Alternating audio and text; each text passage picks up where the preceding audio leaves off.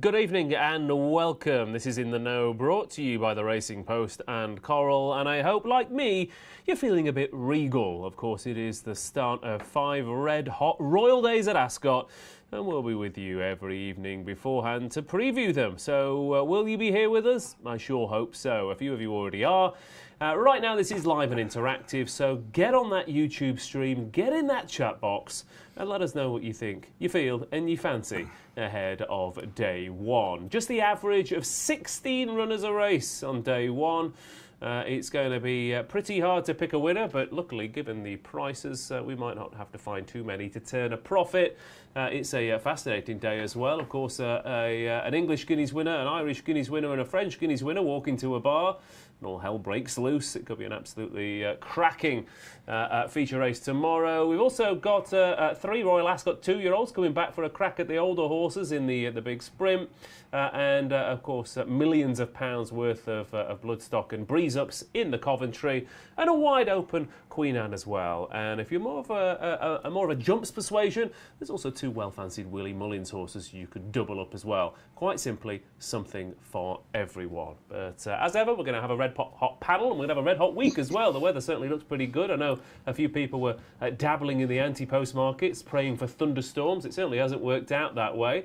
We're praying for thunderstorms to not make it like a car park at Royal Ascot this week. But if there's something regal about me, I think there's probably something quite Benson and Hedges about the man to my left. It is, of course, the one and only Mr. Paul Kealy. Marlborough these days. How are you, my good man? Yeah, very well. Yeah, I'm really looking forward to this as well. I mean, the thing I love about the big meetings is being able to back high-class, in-form horses at really good prices. And, Ascot nowadays, I think it puts Cheltenham to shame a little bit. First day at Cheltenham, 79 runners. First day at Ascot, 114. Not an odds-on shot in sight.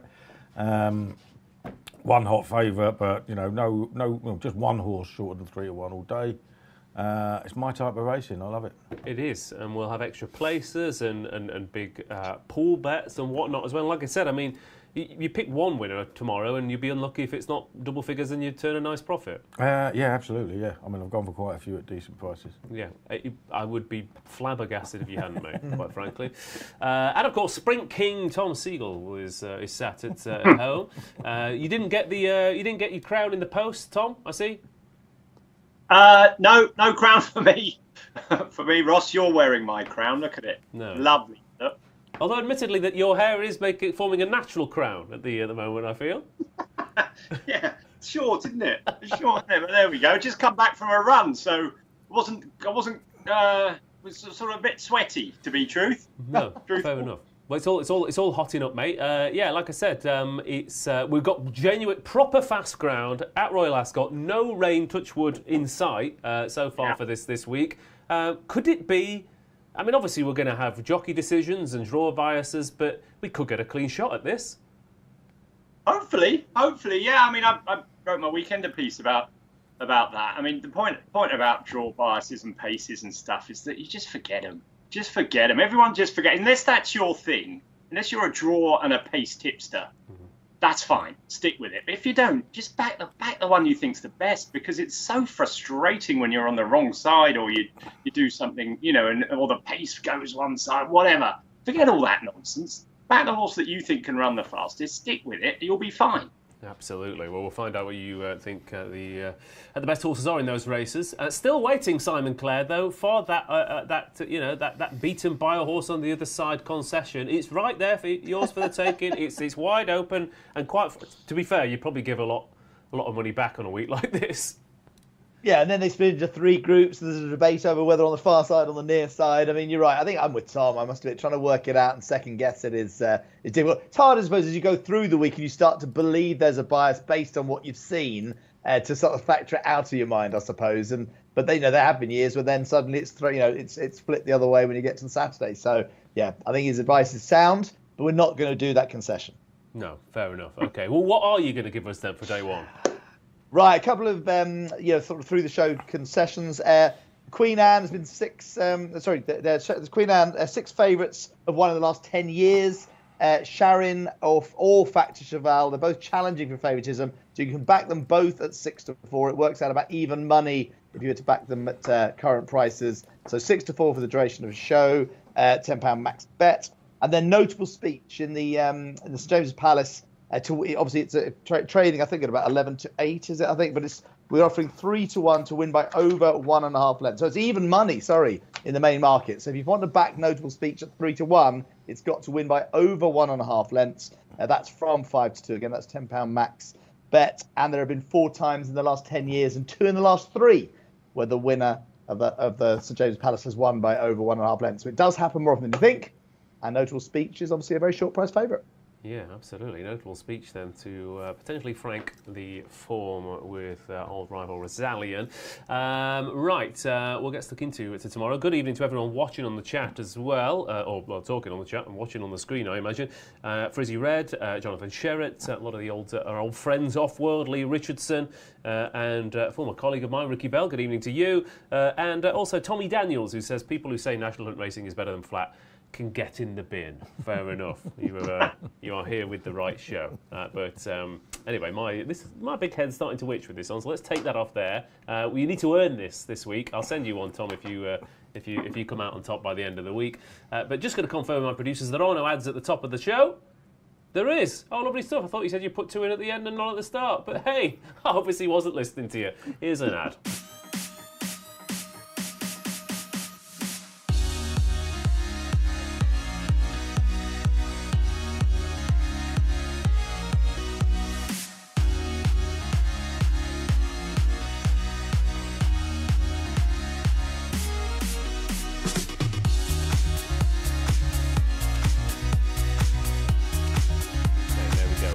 Royal Ascot 2024, day 1. And as ever, it starts with the rare old rattle, doesn't it? We've got group races coming out of our ears to kick things off.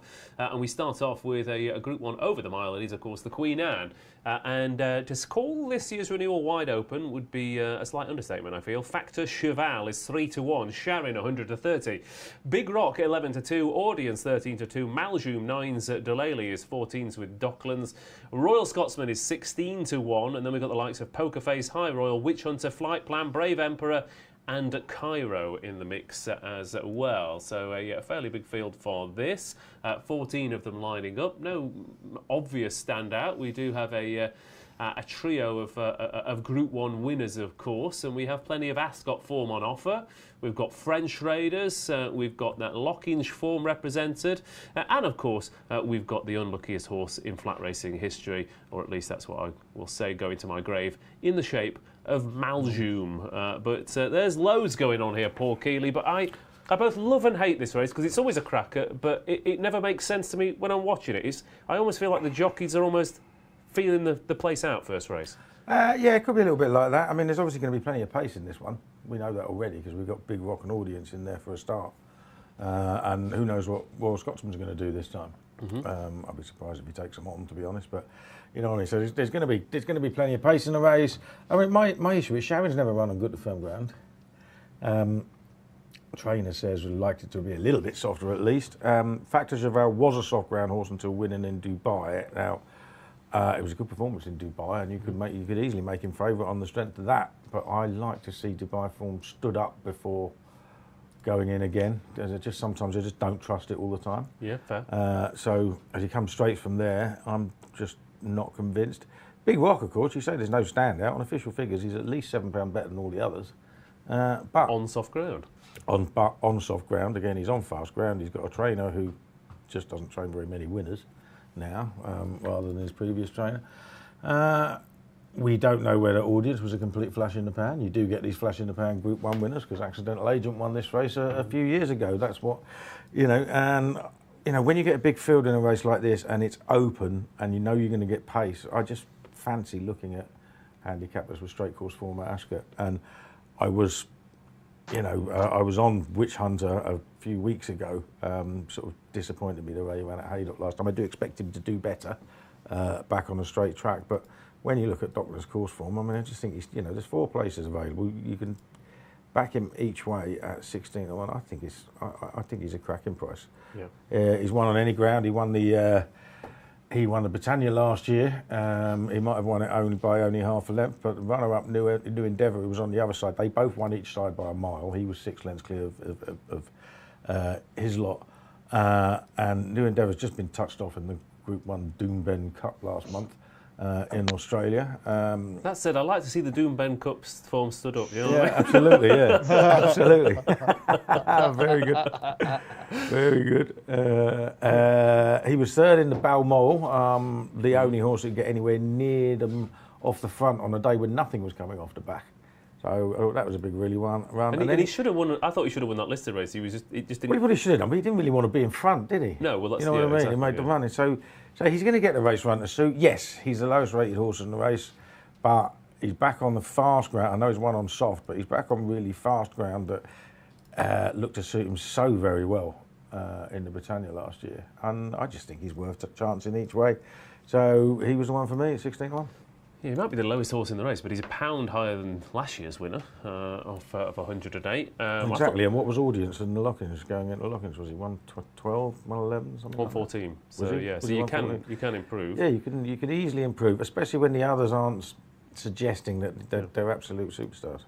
I think the key thing I thought was what you said there about the ground. I mean, you might say this, that, and the other. Oh, Sharon will handle it, and Big Rock might handle it, but there's horses here who will love it, and that's the slight difference here. Factor Cheval possibly. I mean, he was a little bit unlucky at Goodwood. Factor Cheval. He was a little bit unlucky behind Big Rock. Tom. He's probably a solid favourite, but you've got your Docklands, you've got Maljoum, who surely this has been the key.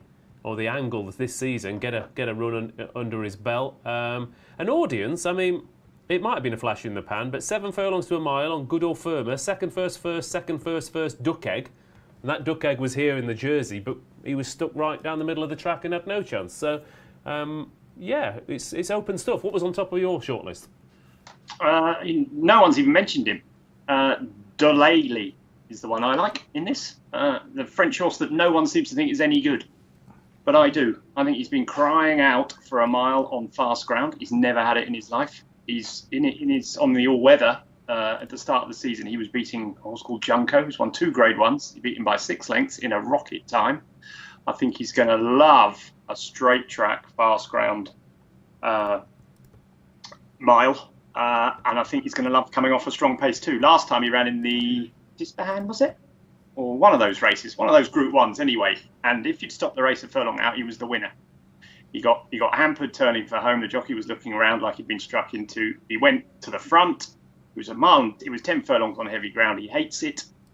All-weather form, we all know, translates well to Ascot. I thought off a strong pace, I really think he's going to run a big race. I totally get the Docklands argument. This is just a proper bred horse. This is a Siuni out of, from the Aga Khan family that are all Grade 1 winners. At the prices, he was a bigger price than Docklands. I was tossing up between the two. I went for him. I was going to go for Docklands as well. I just thought that there was quite a few where you could sort of quite fancy in the race. So I didn't want to get too stuck into too many on the first. I've done that before. Heels, haven't we? We've got like 20 runners, 20 bets going on the first day, and you think, oh God, what's going to happen for the rest of the week? So I just left it with the Dolaley, but I do fancy Docklands a bit too, and I just get your case for Maljoum. It's just I'm not sure he really wants fast ground, to be honest. He might do. I know it was quite quick when he won before, but he's had all sorts of injuries and all sorts of problems. We'll see. Could be the one. Could easily be the one. He's clearly on the St James's Palace form. He's got a good shot too. Mm-hmm. Yeah, I think he'll be all right on the fast ground. I mean, there's fast ground form in the pedigree side should be all right. It was more that he's just a proper Ascot horse in terms of his run style as well. I mean, if they've got him right, then him rattling out from the back. That is the question. For sure. And I'll just do the other one I went through. I mean, is High Royal, who's got a proper fast ground pedigree as well. The Dan Majestic Royal was 3-time winner on fast. Half Sis is a 3-time winner on fast. Kevin Ryan Moore, big price, wide open start. But yeah, Simon, I don't know about you, but like we're saying, it's you want to get stuck in, but you're also just let's see what happens for the first, really, and then tentatively have a go, and then when you've backed the winner, wish you got stuck in again. But that's how it works at Royal Ascot, of course. No, let's just get stuck in from the word go. What do you mean tentatively dip your toe in?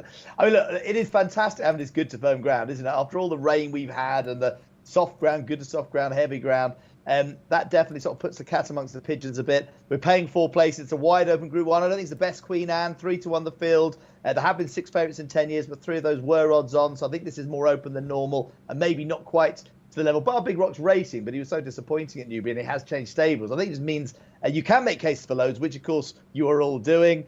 For me, I saw audience earlier in the week is about 9-10-1. I think it was I was sort of looking at him thinking maybe he's been that win in Lock has almost been underappreciated given his penchant for fast ground. But now he's probably about the right price. But I think he might run really well and back that up. And I think Royal Scotsman, I've got a soft spot for him. He was rated 118 last year. He lost his way, but Oliver Cole was really bullish that he had him back this season. Blew out the Lock-Inch, but was great at Epsom last time out. And I think he's bang there on his best, and he's 16-1. Albeit the way the race is run will be interesting. So I think it's wide open. We've obviously got the 2 specials. We've got 6-4 combined Charin and Factor Cheval to win. Worked out about even money on the book. And we also got a French trained winner in the no special, 6-4. The price is Factor Cheval 3-1, Big Rock 5-1, and Delay, Tom Segal selection 14-1 now. We're offering 6-4, a French trained winner. It works out around 11-10. So those are the 2 specials. Thank you very much, Simon.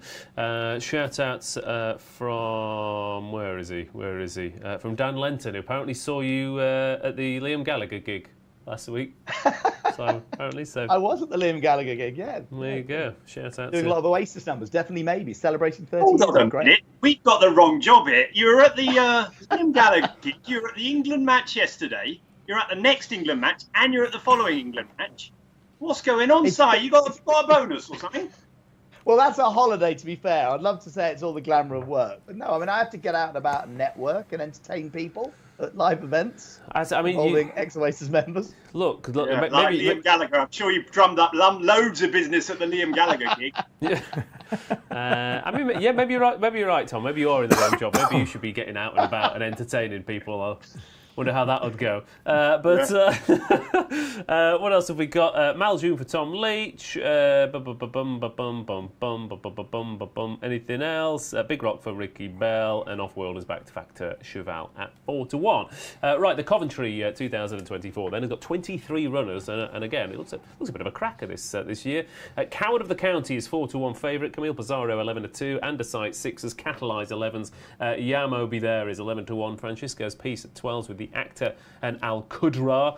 We've got another Appleby horse in the shape of Symbol of Honour in there as well. We've got a debutant, a 2-year-old debutant in the Ammo Racing Silks. It's stranger things have happened for sure. The Coles have got chances. Beckett's got chances. Farhe's got chance. Archie Watson, Clive Cox, all the usual names as you would expect with big runners in this year's Coventry. However, the market is currently dominated by the Irish Raiders, Tom, which isn't again hasn't been a bad angle over the years. Obviously, mainly from the Ballydoyle boys, but it's Joseph who has Coward of the County at the favourite, and then that Marble Hill form represented by Camille Pizarro. But 23 runners, and again, I've got at least sort of 12 doing speed figures that would suggest they're good enough to win this Coventry.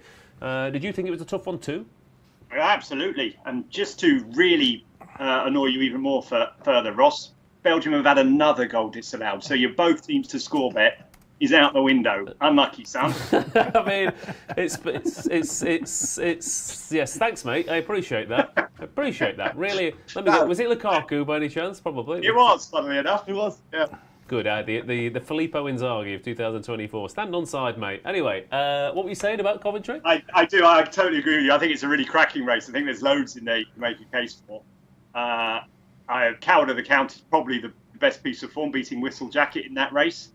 That was very soft grounds by Cody Bear. Just wonder whether very fast ground will be his thing. Could be absolutely fine on it. Don't know. Not enough to know about that. But I thought he was the right favourite. I preferred him to Camille Pizarro, who surprised me a little bit that he's the only runner for Aidan O'Brien. I think Aidan's won it 10 times in the past. And normally he runs a few. And Camille Pizarro got beaten in the Marble Hill, didn't he? So I was a little bit surprised he didn't throw another one in. Makes you think that he's been working very well since and taking a big step forward. So you get the angle there. He's got loads of 2-year-olds. I just like the York form and the Anders Sight and Yamo Be There form. I was going to sing it, but I'm not. And I thought that just at the prices I preferred Yamo Be There. I thought he hit the front too soon, wandered about, and sort of allowed the other one, Andesite, to come back and pick him on the line. I think they're both got rock solid chances. I see Andesite's been well backed. Doesn't surprise me. I like the form. Richard Spencer, for Yamo Beaver's trainer, obviously won it a few years ago. Rajat Singh, he's had loads of horses run well here. I know they're quite keen on his chances. So they were my two, but you could obviously go through it and make a case for 5 or 6 or 7 easily. Crucially, O'Brien only had one runner when River Tiber won it, one runner when Caravaggio won it. So yeah, it normally is a good sign. And the Marble Hill's a very good prep, whether you win or lose as well. Very much the best trial. Obviously, the Curragh setting you up quite nicely for a run at Ascot. And yeah, I mean, he'd have got a very short price in running, I think, in that Marble Hill, wouldn't he, coming up as our own? Oh yeah, he would have done. Yeah. One thing I looked at this race was having a look at all the RPRs of what they've achieved. And 7 of the last 10 winners of this race had better RPRs than the entire field going into it. Here. So it's open. It doesn't mean that it doesn't mean it's not going to be a good race, but it means nothing's actually put down a massive marker. Mm-hmm. And of course, when horses can improve bundles, you really can't rule anything out. Whether we get a shock or anything. But amazing that it's a 23 runner race, completely wide open, and myself and Tom have gone for exactly the same horse. Man, I liked Yamo B there as well. I'm definitely not going to sing it. I did have to look up who sang it just so I could pretend like I had some sort of knowledge.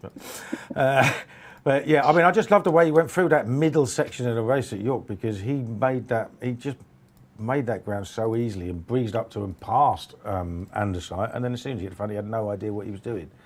Whereas Andesite did. And yeah, he's the one that's been backed now. Obviously, he's a half brother to Dramatise, who won a Queen Mary. He's trained by Carl Burke and not trained by Richard Spencer. But as someone just said, Richard Spencer's already trained to win at this. He's had 4 other horses finish in the top 5 in 2-year-old races from 9 runners in total, I think, including 50s, 66s, now 150s. He had a 5th in this race at 150s a few years ago. So he certainly knows what he's doing. I think this is easily their best chance since Rajat Singh. Hopefully Tom and Mark can do the business. All 7's the right place to be. But a race like this, I mean, would you rule out Angelo Buonarroti doing a chief singer, $1 million at the breeze ups? Well, it's one of those you think for if they'd have done $1 million. I mean, it just doesn't make it. It just means nothing. $1 million. A trainer you never heard of. He was assistant to Dominic French Davis. Yeah. Horse that's never run, but I mean, look, he's a justifier. He's one of those that, had they sent him for a Mickey Mouse race at Salisbury and he'd won by 4 lengths, he'd be 4-1. Yeah. You know what I mean? And it's, who knows how good he is. It's complete guesswork, but it just wouldn't surprise me at all if he ran well. And crucially, Angelo Buonarroti it was Michelangelo, and he's trained by Raphael. So any Teenage Mutant Ninja Turtle fans out there, that's your selection, isn't it? But other ones to throw in. I mean, I know that Catalyze is 11-1, but I thought the other 4 horse was pretty impressive. Columnist, and James Dawes had ridden Catalyze, but he hadn't ridden the other one, so he can hardly have picked that. But I like the 2 Godolphin horses here. I think they're really interesting. I mean, Symbol of Honour's was sent off favourite and seemingly hated Newmarket on debut, and then dotted up in a right old time. That Dividend, who won at 50-1 at Sandown the other day, was beaten out of sight. But the real one for me is Al Qudra. He's a monster. He could eat half of these for breakfast, I think. And again, 5 furlongs at Newmarket. He looked like he was not handling the track at all. Stepped him up to 6 at Lingfield last time out, Tom. He went 3 wide. He raced keenly. Everything was going wrong, and he absolutely dotted up in a right old time. I think it's interesting because he's got that experience on the straight track when not handling Newmarket and not being a 5 furlong horse, and then he stepped up to 6 and he's won easily. Yeah, he won last time out, even though he didn't seem to know what he was supposed to be doing. I think the thing about him that interested me, and I agree with you that he is an interesting horse, is that first 2 runs at Newmarket, William Buick didn't choose him either time. They had horses in the race. William Buick didn't ride him on either occasion. So I was really surprised when I looked at the declarations yesterday, and he was on this one and not the other one, which made you think that he's taken a big step forward since then. He is a big unit. You are right. And that's the thing. I mean, I watched the videos back and I thought, oh, why was he so clueless on debut and then on his second run? And I thought, oh, right, yeah, this horse this horse has absolutely no idea until that third run. Absolutely right. And maybe it was Newmarket. Lots of horses don't like Newmarket. So he could take a massive step forward. Yeah, I mean, Francisco's Peace looked really good in France last time and was a bit unlucky not to beat a Richard Fahey horse last time. Richard Fahey does a column on one of the websites, and he said that his best horse was the one that Francesco's Peace, his best 2-year-old was the one that Francesco's Peace just got touched off. So he's in there. The Actor's time is very good. You can come down and make cases for loads. I get your old Podger case. I get loads of case. I mean, there's so many. Well, the Clive Cox horse as well. I thought the Clive Cox has won this in Nando Parado. He was really impressive in 2 good races. I'm not saying, it might turn out to be a good race, but what it certainly is a wide open one. Well, there will be a top class horse in it. It's just trying to find it, isn't it? And that's the question. You've got limited evidence to go on. I like the York form. Simple as that. That's why I thought Andersight and Yamo B there would be my 2, but I could be easily wrong. It could be the Lingfield form. It could be the Curragh form. It could be, it could be any of it. They're all going to take a big step forward. Simon, I think we're going to need some extra places for sure in this. Yeah, 5 places. Mad, isn't it? A race where most of the horses have run once, maybe twice, and yet we're happy to go 5 places. Just shows you how wide open it is. 4-1 the field, and we've got an in the know special. Aidan O'Brien or Joseph O'Brien to win. One of the O'Briens to win this race. It's 2-1, works out around 13-8. Camille Pizarro, Coward of the County. You get the first 2 in the betting and Midnight Strike thrown in. He's a 25-1 chance. So that's the special for the race. 4 favourites and 1 joint favourite of 1 in 10 years. So the market has often pointed the way, but this does look a particularly open renewal. I mean, it's very interesting you mentioning Al Qudra, the actor. I'll mention, obviously, mentioned with Royal Scotsman, Paul and Oliver Cole have got Aaron in this. They really fancied that at Newmarket that time. If you watch the race, beautiful striding, balanced chestnut with white socks. He's a lovely horse. He won cozily that day. He's 25-1. I think he's a massive price for a yard, which does really well with a very small team these days, and particularly with their 2-year-olds. So he'd be on my short list. But look, it's a wide open race. It could be a Coventry with a turn up. Absolutely. Okay, that's the Coventry Stakes for this year then. We're dropping down a furlong and revving up the gears. With plenty of 2-year-old winners in this at Royal Ascot, of course, and they're coming back as 3-year-olds to have a crack, including Big Evs, who's 4-1 favourite for this year's King Charles III Stakes. Regional is 9-2, Asphora 6-1, Believing 13-2, Rogue Lightning is 10s, Kurdos is 10s, Twilight Calls is 11s, Valiant Force, of course, also a Royal Ascot 2-year-old winner is a 16-1 shot, and of course we've also got the Queen Mary winner, Crimson Advocate, in here. First start for the Gosdens with Buick in the saddle. So plenty of 2-year-old form from last year coming into this. But Bratzel, of course, won this as a 3-year-old. But I often think Paul Kealy that, in particular, against all sort of what you would think is obvious, what's the word? Reasoning that the sprinters seem to get better as they get older. So there's a lot of good old sprinters in here. There's plenty of good old sprinters. It's another wide open race. I mean, you look at this a few years ago. I mean, these are Group 3 horses, really, aren't they? End of the day, top rated horse is 114. There are 3 horses, 114, 113, 113. The joint favourites are Big Evs and Regional, who are one of those, and Diligent Harry's the other one, and he's an outsider. And funny, isn't it? We seem to be breeding for speed, yet the sprinters aren't getting better. Yeah, it is strange, isn't it? Yeah, but I mean, Diligent Harry is an outsider. His form was right up there with the best of them, and he's in form. Won his first 2 starts this season, been 3rd in his next 2. He was 3rd in the Alquoz Sprint Group 1, and he backed that run up by finishing a neck 3rd in the Duke of York to Millstream, who's joint favourite, I think, for the Golden Jubilee, and yet he's 20-1 shot. I don't understand it. Now, the peak RPR for 5 furlong horses in Britain this year is a 118 by Kurdos in the Temple Stakes. He has run to 117 over 6 furlongs at York, 117 over 5 furlongs at Southall this year, and he's an outsider. And he's a stablemate to Kurdos. I doubt there's very much between them at all, and I just think he's a crazy price. So I backed him. I mean, the one unknown, I suppose, would be Asphora. Could come on a lot. She's got some bigger numbers according to RPRs in Australia, of course, considerably bigger when you build into the fact that she's got the 3-year-old weight, the female's weight allowance. So I may have a little saver on her, but I just thought each way Diligent Harry was just been a silly price. He was 40 to 1 the other day. I still think 20s is big. Yeah, and trained by a man who is a He proper... knows what he's doing with sprinters, doesn't he? Absolutely. Won this with Profitable a few years ago, of course. He does have Kurdos in here as well. He's going to have a huge chance. Not many horses have the run style that suit Haydock and Ascot together, Tom, but he was just touched off here last year and he dotted up at Haydock last time out. He's coming into it. Equality is interesting. Soft ground, yeah, here's the problem here. Makarova, Ed Walker having a good year. Obviously those 2-year-olds as well. 7 Questions, beat a lot of these horses last time out as well. 5 Furlong, you're the Sprint King. What's it going to be? I'm far from the Sprint King. I left this race completely alone, funnily enough. I like 3-year-olds generally in these sprints. They've got a pretty good record. They don't run very often in this race, Ross, and they've got a pretty good record when they do, going back a long time. I thought Big Ev's could be different class to these. Could be. He's got to prove it, and at the prices, I would never back him at 4 to 1. But it's not, as Kealy said, they're not brilliant, are they? They're not brilliant. If there's one horse that's going to be a lot better than them, I do think it'll be Big Ev's. I mean, I was lucky enough to be on Believing the other day, and I thought she was good.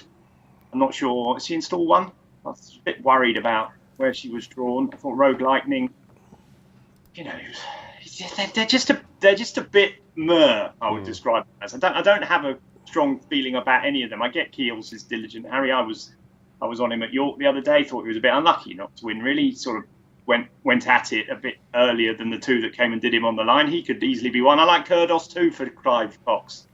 Just his type of race, Clive Cox, and these sprinters. Not overly keen on him when he goes up to middle distances, but sprinters is where he excels. And I thought Kurdos is by horses that Clive knew very well. Profitable. I think he trained to win this race probably.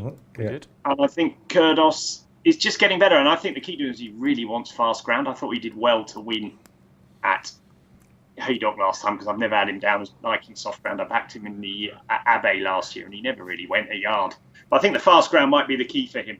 And so he would be my token selection in this because if you look back to I can't remember the name of it, the 5 Furlong Handicap, the Holyrood House. Holyrood House. That's the one. Oh, that's it. Last year, he was unlucky not to win that. He went for home a long way out. And one of Archie Watson's did him close home, but he was well clear of all those he raced around. So pretty sure he's a group class sprinter. Well, we know he is because he won the Temple last time. I don't think that form's great, but I think the fast ground's going to be in his favour. So he'd be my token selection in a race, which I don't really have much insight into. Yeah, fair. Yeah, he's 5 furlongs on good ground, Kurdos. Like I said, he should have won that Ascot race. He did win a listed race at Beverley, and he should have won, I thought, the race that 7 Questions would at Newmarket as well. So if you can kind of hold on to him and get a bit of luck, he'd have a chance. I just had a look. The last 15 years in this race, Tom, 3-year-olds, 2 from 33, 6% strike rate. 4-year-olds, 2 from 69, 3% strike rate. 5-year-olds, 3 from 49, 6% strike rate. 6-year-olds, 5 from 34, 15% strike rate. So as they That's all you need to know. They're all rubbish, aren't they? You're right, Ross. You've been reading too many columns I've written about how we're rubbish at sprinting and we should forget it. Yeah, well, that's, I think, yeah, well, all the like you said, the good ones get retired, so no wonder the old ones win it because they're the only ones left here. Well, they sent the stud too early, didn't they? And they produce a whole lot of other rubbish ones. Well, exactly. I'll tell you who could run well at a massive price is Emiratiana. Yeah. He's a good one-winning sprinter. He's about 80, 100 to 1 or something. But he likes Ascot. He won here last year over 5 furlongs. Time was okay. He loves fast ground. And Jamie Osborne will have had his eye on Royal Ascot as soon as he bought this horse. So just at a massive price, he could go well as well. But 5 furlong sprint's not my thing. No, but that said, he makes Cardam look like a toddler, doesn't he, Emiratiana, in comparison. But like you said, they get better as they get older, potentially. Simon Clare, the King Charles III Stakes, please. Well, 4 places, as you'd expect, given how open it is.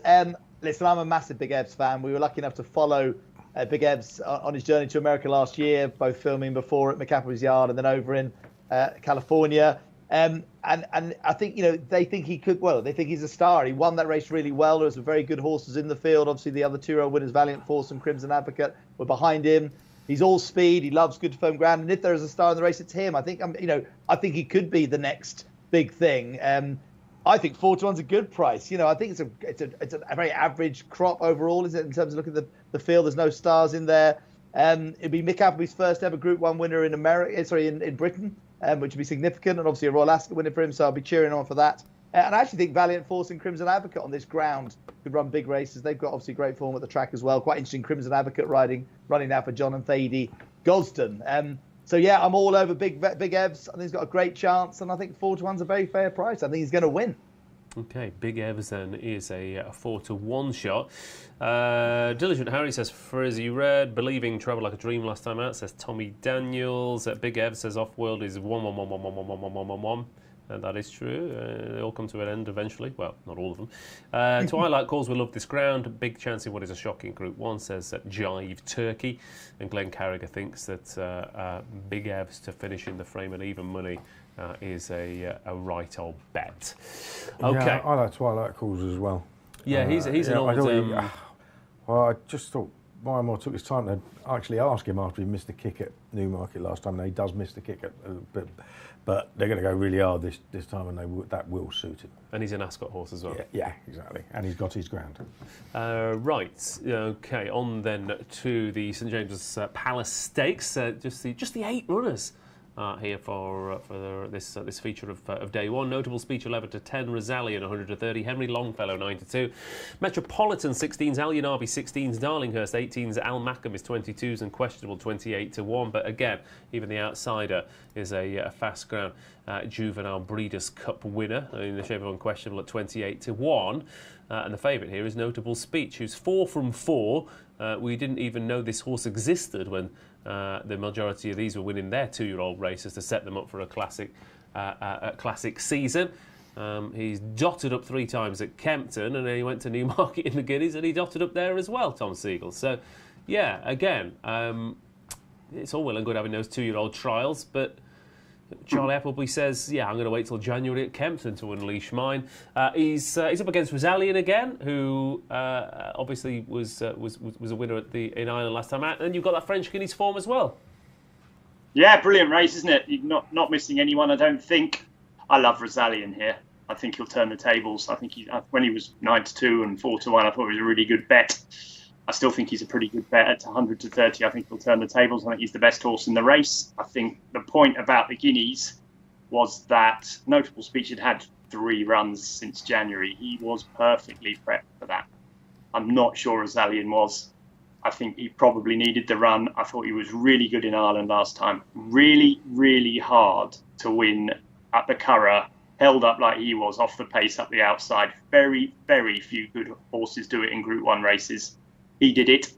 I don't know whether beating Hartem, you could say beating Hartem a short head or a neck or whatever isn't great form. I thought he did it exceptionally well to win. I think this track is going to play to his strengths. We know he likes Ascot. I like his draw on the outside because I think he'll be able to box, and Sean Levy will be able to see all the others. And provided there's a pace which is not certain, I don't know who's going to make the run. It could be that Ryan Moore tries to do what's the called, Luxembourg, and try and sort of nick it from the front on Henry Longfellow. Then that would make him dangerous. But I don't know. I like Rosallion. I've always liked Rosallion. He's always been my horse for this season in the mile division.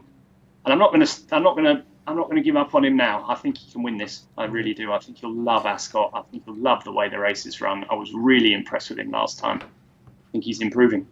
Just to step in there, you said you liked his draw on the outside. He's drawn in 1, right on the inside rail. Oh, right on the inside. Sorry, yeah. I am slightly worried about that. Sorry, I got it confused. I am slightly worried about that. I was making my assumption that he was on the outside. No, I guess I am. He's that's number 7, Tom. He's drawn 1. yeah. Those 2 numbers are right next to each other. Yeah, that was my issue. Was that I was talking wrong. I am worried that he's going to get trapped on the inside. Yeah, because of course there we go. We've had. Yeah, I mean that's the big worry for me, and I almost would put a line through him because of that reason. I mean, not that he can't win from it, but that he's just a big ass. Of course, I mean Mosterdaf, June Crowley had A Nightmare Behind Poetic Force a few years ago from 1. Of course, Maljun was stuck all the way down the rail behind Kariba's.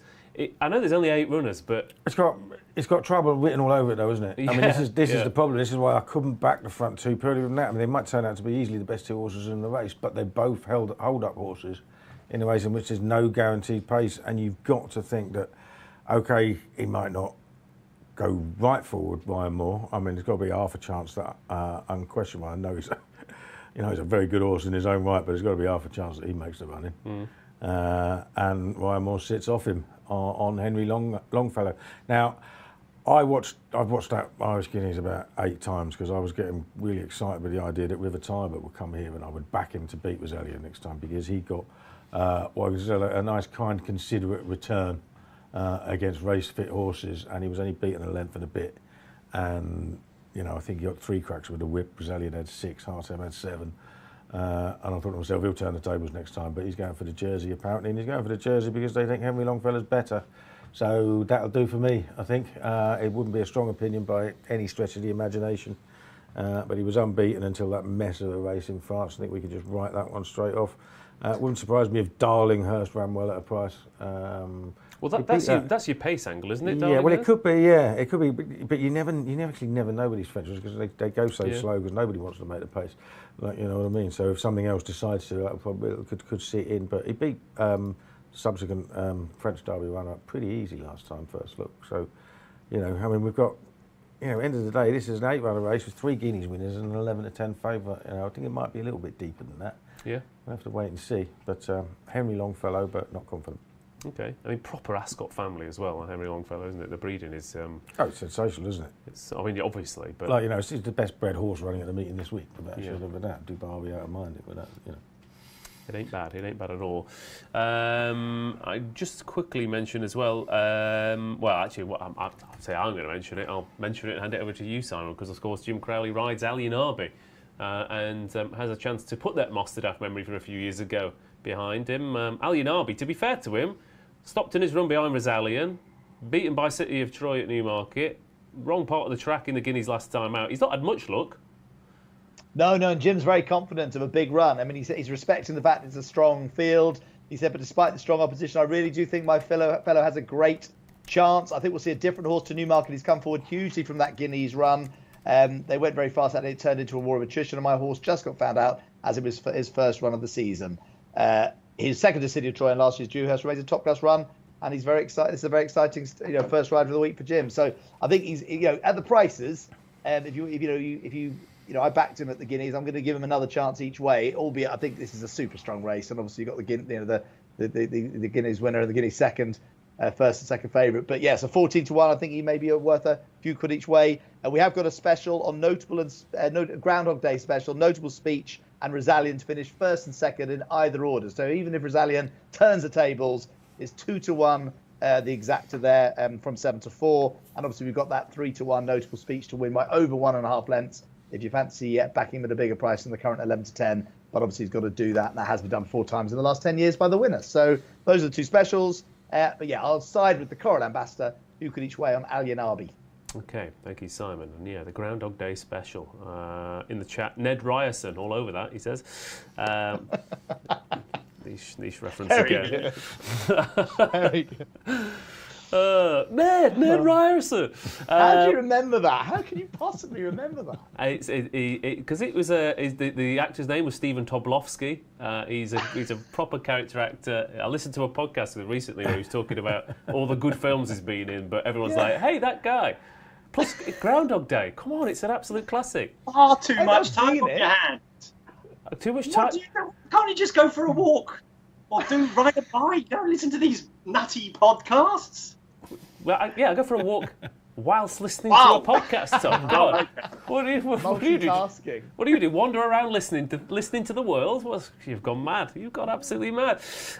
Notable speech will be odds on at the off, says Jive Turkey. What else have we got? Henry Longfellow is overrated, says Tom Leach. Adamant is adamant that ROSALLION is for him. And that's about it, I think, apart from... Danny Campbell says that the trouble with Hanson, he says every horse is the best he's trained.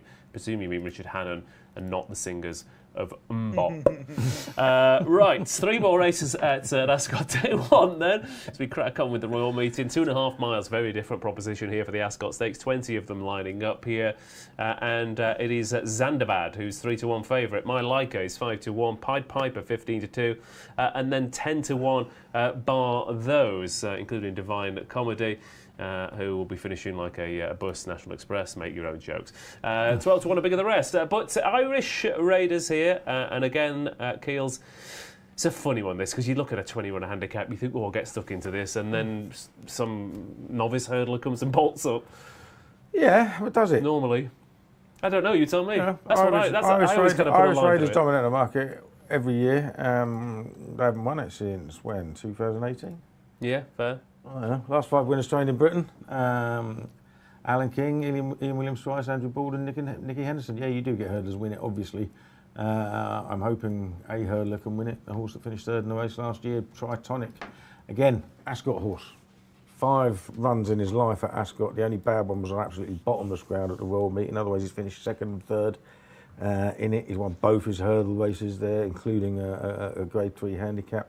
He was 3rd off 100 last year. He's down to 95, and he was really busy last winter. Had loads of runs.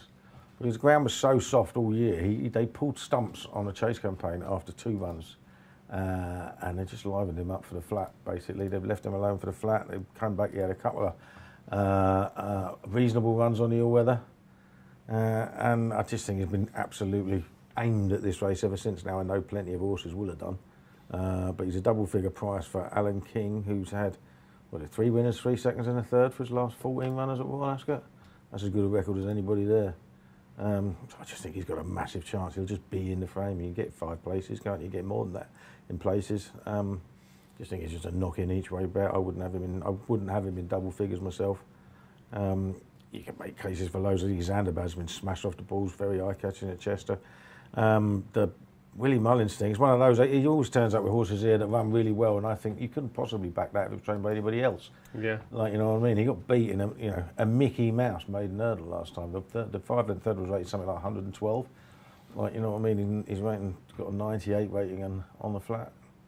Like, done nothing to show that he's up to that in one run for Mullins, but there he is 5-1, and not going to surprise you if he wins by 5 lengths, is it? But no, not at all. I wouldn't touch it with a bar's pole myself. So yeah, I can see the case for Divine Comedy, but Tom's absolutely ruined the price on that. Right, It's been that's smashed off the who's to boards. blame.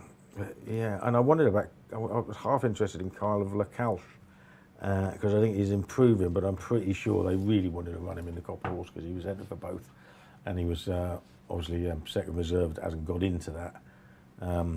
My question mark is a trip 2.5. Okay. Kind of Lacalche currently, I think, 16-18 to 1 shots for this Ascot Stakes. But Tom Segal, the man to my left, is livid with you for smashing at the price for Divine Comedy. So why not you put your best Neil Hannon voice on and tell us why you fancy this one? It's very obvious, Ross. She won by miles last time, doing handsprings. Looked like, for all the world, like she'd stay forever. Just looks like an improver. Love the trainer. He said she was going for the Doncaster Cup. Just everything going for her. The worry is the ground, because it was soft ground at Haydock when she won last time. It's going to be very much different here. But she won once on fast ground in her career, or her recent career, and she won by 10 lengths as well. So listen, she was 25-1. And she's an improving filly, going places, who could easily be a group class horse. So it was a no-brainer. But the more I do these things with Paul, with Keels, the more I sit here thinking, do you know what? Why didn't I even look at Tritonic?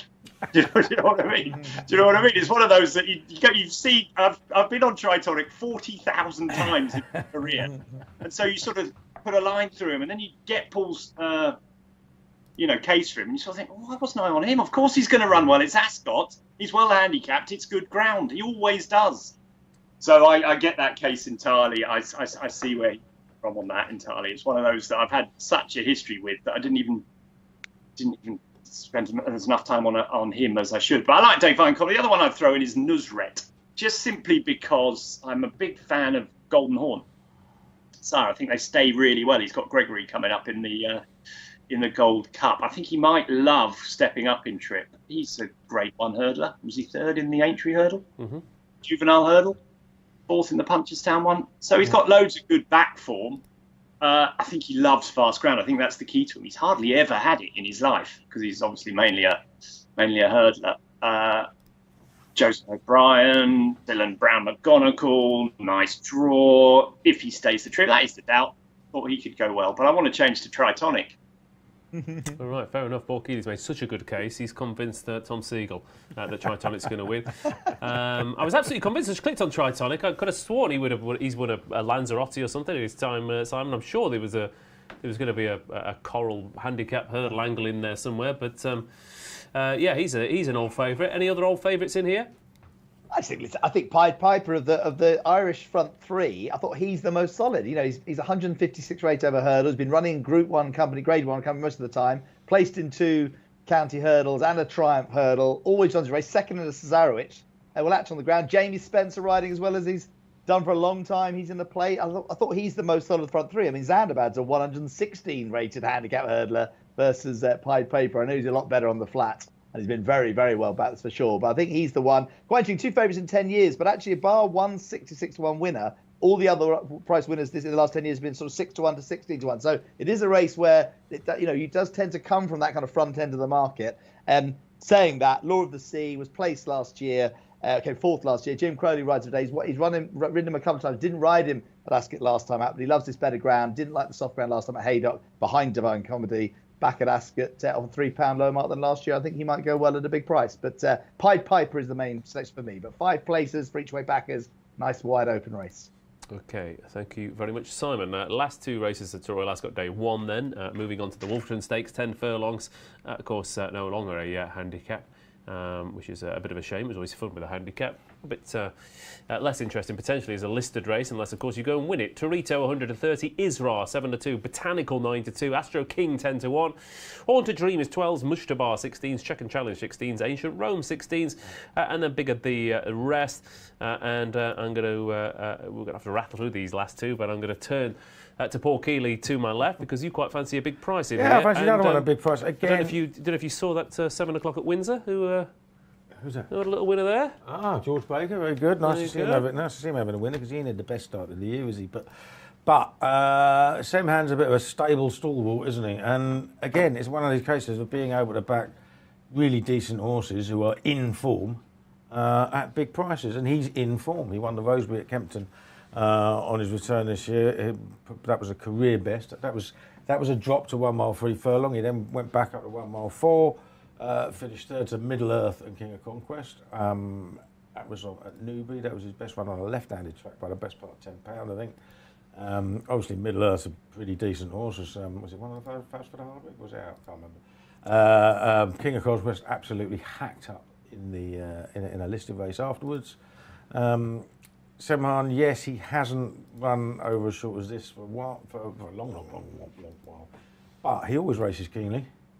He's been starting to break really quickly as well and take a prominent position like he did at Kempton, like he did at Newbury. And there isn't an awful lot of pace in this race, so I thought he might be able to get out quickly from his outside draw and get across.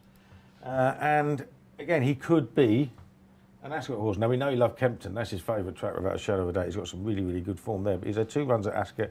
He definitely would have been in the frame if he'd have got a clear run behind Candleford a few years ago.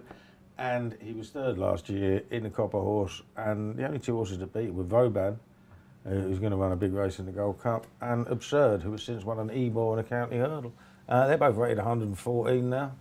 But, I just think he's got a massive chance if he handles a slight step down in trip. And, again, on official figures, there are only 3 horses better than him. One of those is giving him weight. He's got to have a chance each way at a price, hasn't he?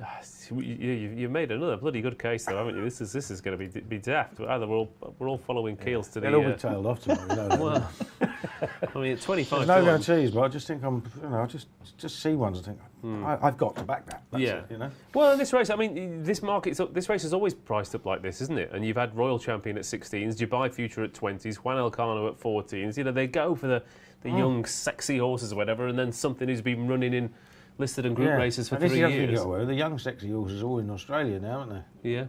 Yeah, fair, So why not have a look at the oldies? I mean, I think the 5th, 6th favourite for the Hunt Cup on Wednesday is Blessed. It's 10. Yeah. And like you said, George Baker's just had a winner at Windsor. The Wolferton Stakes, Mr. Tom Segal, very quickly, what do you got?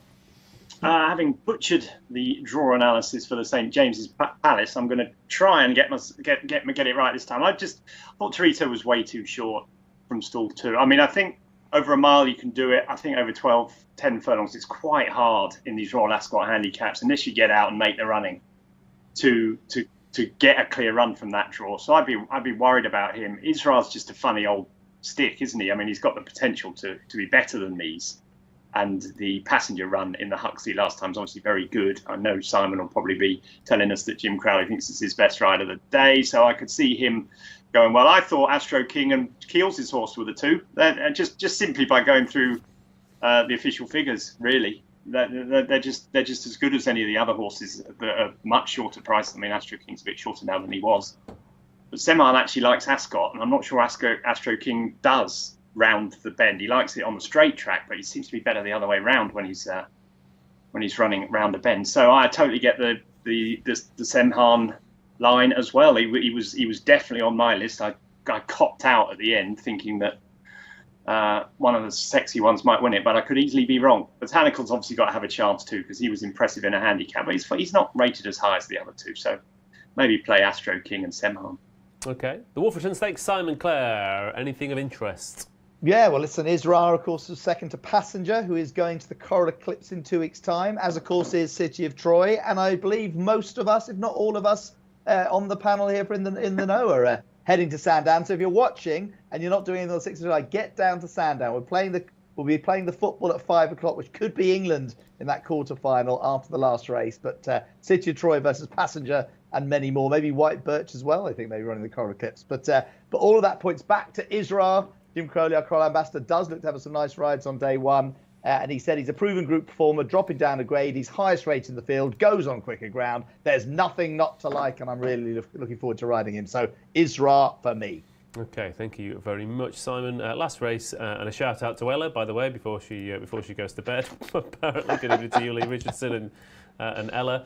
The Copper Horse Handicap, he'll be taking gold. Is it Bellocchio at 3-1? Fox Journey fires a piece of heaven, fires My Mate Mozzie is 7-1. Alsakib 10s, Intinzo 11s, Maxi King 14s and 16s barred. Those again, another race that might well be the county hurdle rather than the Copper Horse Handicap. But some decent horses in it. Bellocchio, of course, is a decent flat horse, but has gone to Willie Mullins with William Buick in the saddle. I'm going to come to you first, Tom, for this one. I really fancy Al Sakib here. Fast ground, Ascot, Andrew Balding, 2 runs in good group company last couple of starts. I thought he'd go very close, but as ever, tricky, big field. Yeah, very, very tricky. Bellocchio I was against, really. Obviously, was impressive, ran very well over hurdles on his debut for Willie Mullins, but by Bellardo out of a Mastercraft, I thought I'm not sure he'll have fast ground. I know it was okay on his hurdles too, but I don't know. I'd be against him. Fox Journey's got everything going for him. Looked to be an improved horse. Piece of heaven alike, just trap 18 on the outside. The difference between this race and the others is that the mile and 6 start is right in front of the stand, so they just literally go around the right-hand bend straight away. So you often get horses that ridden prominently have got a good record in this race over the years. Be worried about him from trap 18. Same for My Mate Mozzie. Alsakib has got a very good chance. Obviously dropping down in class like Ascot. Thought Intinzo had a chance. His half brother won this race for John Gosden not long ago. So they would have been my 2, Alsakib and Intinzo. Okay, thank you, Tom. Paul Kealy. Fox Journey. I normally look at these horses that win by a long way and make a case for opposing them, saying, they must have blown their handicap mark, and they always win. So I've come around to looking at Fox Journey. I'm thinking, well, I think he'll just win. He absolutely gagged up at Newmarket last time. It's not his only good piece of form on decent family. He was third in that very good Melrose won by Middle Earth last year. And it just looks like one of these steady, late maturing improvers for Sir Michael Stout. He's by Roaring Lion, whose horses ran, he hasn't, we lost him too soon, but he had all his horses, I think, last year's meeting. I think he had 3 seconds at last year's meeting. So I think he'll handle the track. As Tom said, the bend comes up very quickly. He made all last time. He's on stall 4, nearest the bend. Yeah, I just think he's got a hell of a lot going for him, including one more in the saddle. So I just thought he was very, very solid. Okay. Only horse I've backed at a single figure price tomorrow. Okay, there we go. Past 2 years, Roaring Lion at Ascot, 15 runners and 8 of them are placed, 53% place strike rate, couple of winners as well. So, Bellocchio is 3-1 favourite, then Fox Journey is a 5-1 shot. Simon, see us out? Yeah, listen, 5 places each way, nice and open. I've got to echo everything Paul Kealy said. I just looked and thought, back in the day when you saw a Sir Michael Stout-year-old, 4-year-old, who won well last time out with the top jockey in the plate, he would have been, well, obviously clear favourite. He's not to say Bellocchio is, but I think Stouty's improving 4-year-old, 5-1. That'll do for me. It looks like, Paul Kealy is either going to have a very good day and we're all going to be cheering him tomorrow, or it'll be very, very quiet in the studio. Fancy the latter at the end of the day. Oh, come on. Let's be bullish and positive. There we go. Yeah, let's be bullish. I mean, it's Monday night. If we can afford to be bullish and positive, it's now, isn't it? Pretty much. Exactly. Right. Let's. Should we get the producer said something. Let's get the naps now, because then we're going to have a little chat about the Euros as well with the Racing Post's football tipster extraordinaire Mark Langdon. Sorry, Mark, I can see you through the window there. It's going to be a long week. Right. Best bets. Royal Ascot starting off day 1. Paul Kealy. Yeah, I'm going to go Tritonic each way in the Ascot Stakes. Okay, lovely stuff. Just a reminder that it is the 17th of June. Tom Segal. Despite being drawn probably in the wrong place, I like ROSALLION. I'm just his biggest fan, so I hope he wins the St James's Palace. Okay, fair enough. Simon Clare. Isra in the Wolferton for Jim Crowley. Okay, thank you very much. And it's day 1. Let's ease in. I'm going to split my nap in 2, and I'm going to back Al Qudra in the Coventry and Al Sakib in the Copper Horse. Why not? Each way double, perhaps, something like that. Anyway, we'll have a look at the Euros in a second after this. Here they come, racing lovers of the UK in the Coral Vat Derby. Ladies' Day ladies leading the Tracky Brigade. Top Hat and Tails overtaking the Country Gentry. Tweed surely chafing. On the outside, Maggie and her cuppa. Into the home straight, it's Danny's Stag 2 clawing their way up the field. Nan's got the experience, but does she have the legs? But it's the bloke who doesn't know which horse is his. He's won it, and he doesn't even know it. It's the fans that make racing what it is. Coral, we're here for it.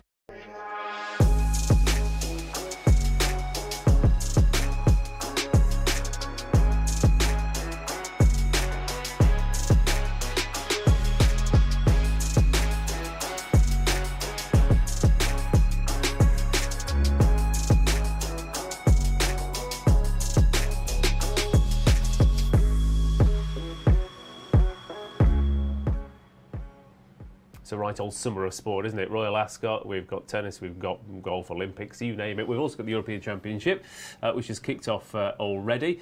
We've seen most of the favourites go in, and we've got possibly the favourites playing tonight at 8 o'clock. And we've got your favourites, football tipster in the shape of Mark Langdon, who has come in to join us in the studio, sat to the other side of Paul Kealy, just to balance out football knowledge with the distinct opposite. But we're well underway. Mark, how's your tipping been going so far? Well, I mean, first of all, I'm the only football tipster in the office today, so not only am I the best, I'm the only one Come on, here. Mark. You've earned your stripes. It's starting off okay. Today's not gone according to plan. There have been some shock results, obviously.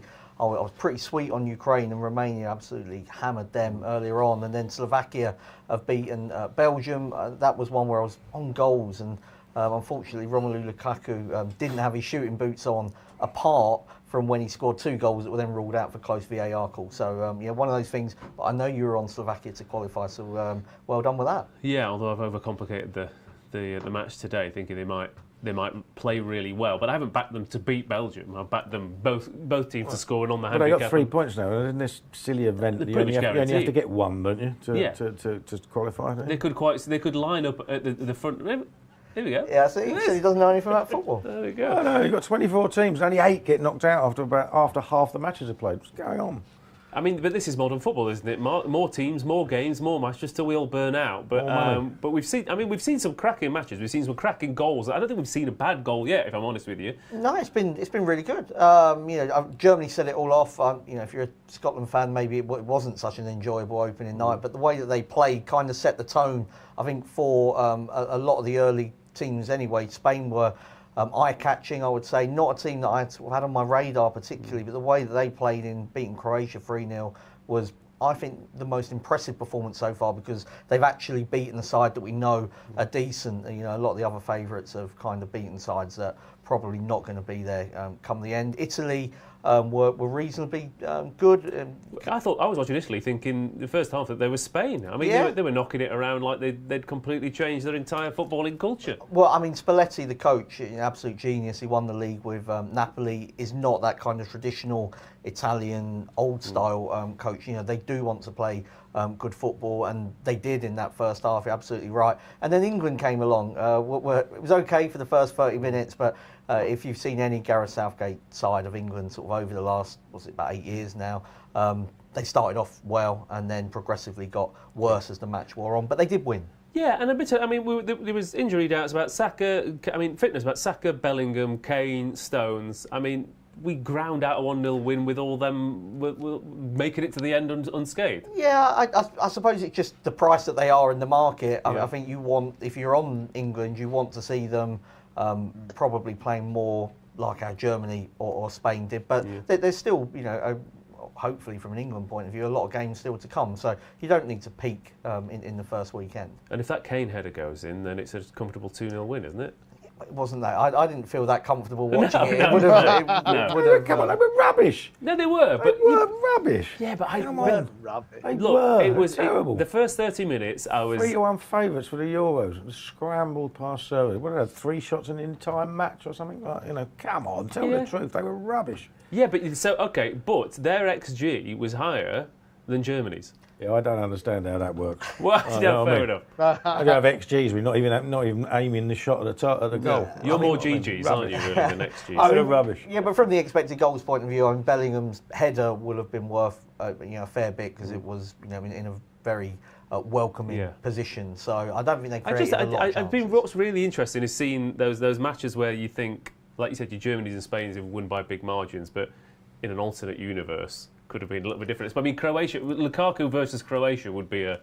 It would be. We've seen it before. Spurned chances. Well, we saw that in the World Cup. Last World Cup, Belgium went out and Lukaku missed chance after chance against Croatia. But I do think, from sort of tonight's point of view, it'd be really interesting to see how France get on against Austria. Austria considered lively outsiders, so it should be a good benchmark for France. I know that there are a lot of people that feel like France should be favourites to win the Euros. It sounds like Kealy might be one of them, judging by what he just said about the England price. I only know Mbappe or whatever his name is. That's right, another. Mbappe. And of course, Killian's running tomorrow at Royal Ascot, so there'll be some doubles going on there. I mean, Austria versus France are fascinating, because Austria seems to be everyone's dark horse team. I don't know if they've just listened to one person and gone, right, Austria my dark horse, but Ralf Rangnick's done wonders with them. Yeah, so they've scored in their last 17 matches, so that they do score a lot of goals. Rangnick knew a lot of the players previously from when he was working in Austrian football for